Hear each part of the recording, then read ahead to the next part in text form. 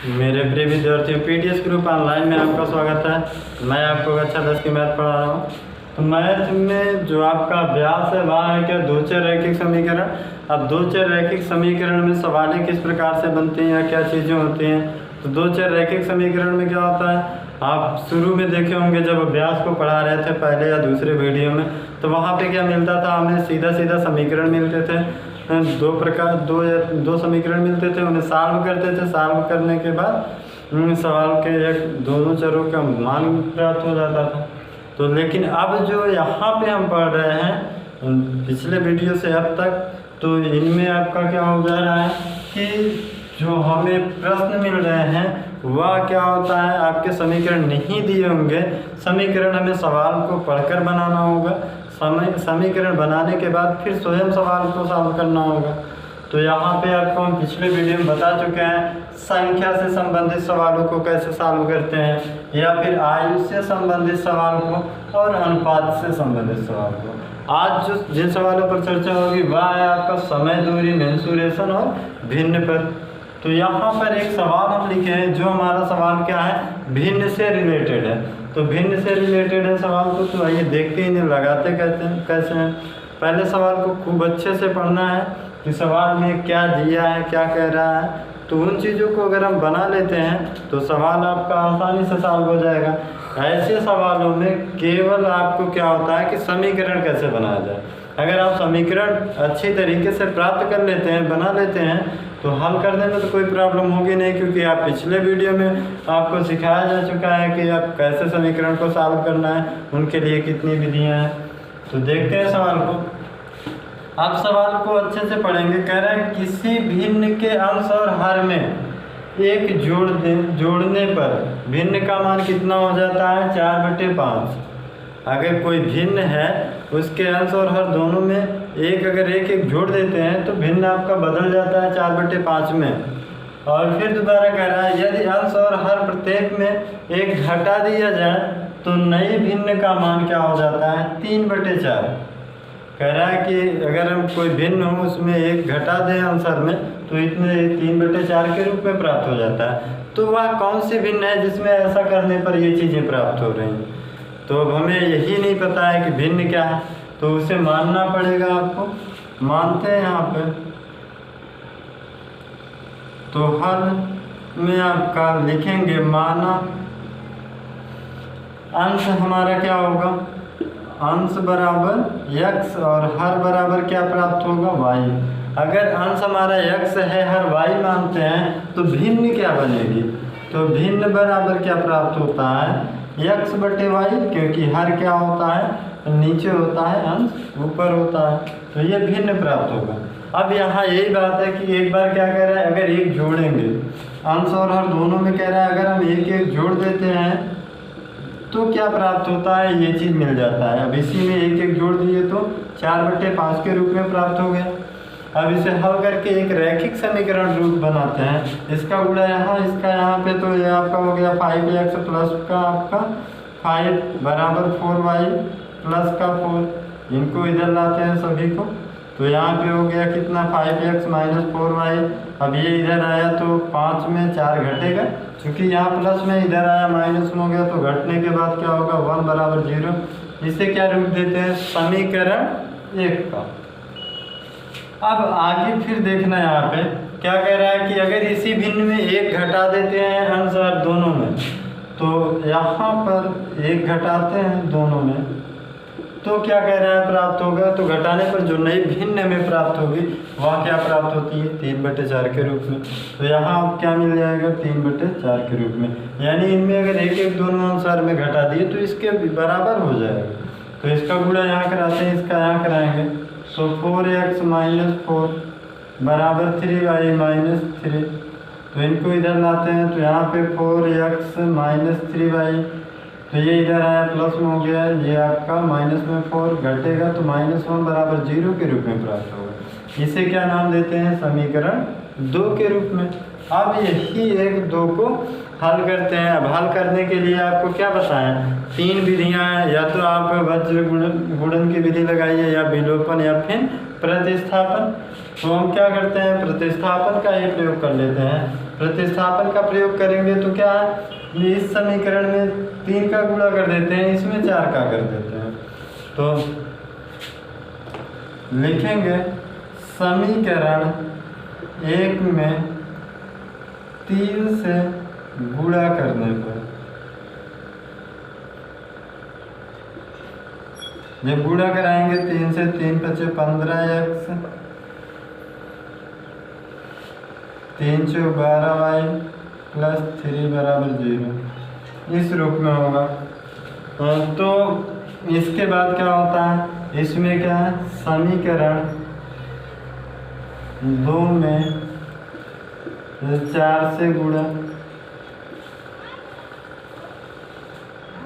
करने पर, अब समीकरण 2 में जब हम 4 से गुणा कराएंगे तो ये हो गया हमारा कितना, 4 × 4 = 16x, और माइनस हो जाएगा 4 × 3 = 12y, माइनस में 4 = 0। अब क्या होता है कि इसमें आप इसको घटा देते हैं, तो इसे चाहे नाम दे देते हैं समीकरण 3 के रूप में, इसे नाम दे देते हैं समीकरण 4 के रूप में, कोई प्रॉब्लम नहीं। तो यहाँ लिखना भी आसान बन जाता है कि समीकरण 4 - 3, यानी कि 4 में 3 को घटाने पर, तो 16 आपका x - 12y - 4 = 0, तो यह हो जाएगा 15x - 12y और प्लस में 3 = 0। घटाने पर क्या होते हैं, चिन्ह बदल जाते हैं, तो ये माइनस हो गया, ये प्लस हो गया, ये माइनस हो गया। तो यह देखो प्लस माइनस में है तो कट गया, अब यह घटेगा तो x बनेगा, यहाँ दोनों माइनस में है तो माइनस में जुड़ कर क्या बन जाएगा, 7 = 0, x बराबर ये उधर गया तो प्लस में 7।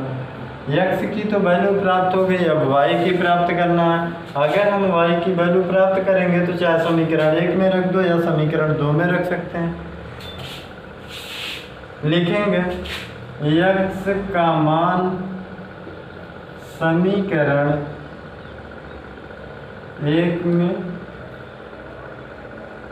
रखने पर, अब x का मान समीकरण 1 में रखेंगे यहाँ पे, तो x का मान 7 है, तो समीकरण 1 में क्या होगा, यहाँ पे x पे क्या रखेंगे 7, तो 5 × 7, और ये जैसे वैसे लिखते हैं, माइनस का 4y और प्लस का कितना है 1 के रूप में बराबर 0, 7 × 5 = 35 और -4y + 1 = 0, 35 से क्या हो जाएगा 36 -4y = 0, तो इसको हम उस तरफ ले जाएंगे, प्लस में होगा अर्थात 4y = 36, तो 4 से काटेंगे, y बराबर क्या प्राप्त हो गया 9।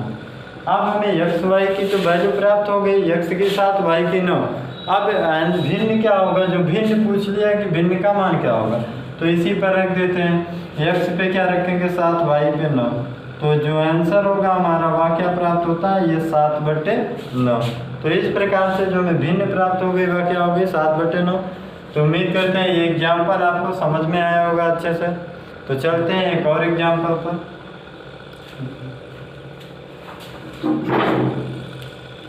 यहाँ पर देखो आप, मेंसुरेशन भिन्न तो हो गया आपका भिन्न के जैसा, मतलब भिन्न में क्या होता है, भिन्न के रूप में आंसर लाना है या भिन्न से संबंधित सवाल होंगे।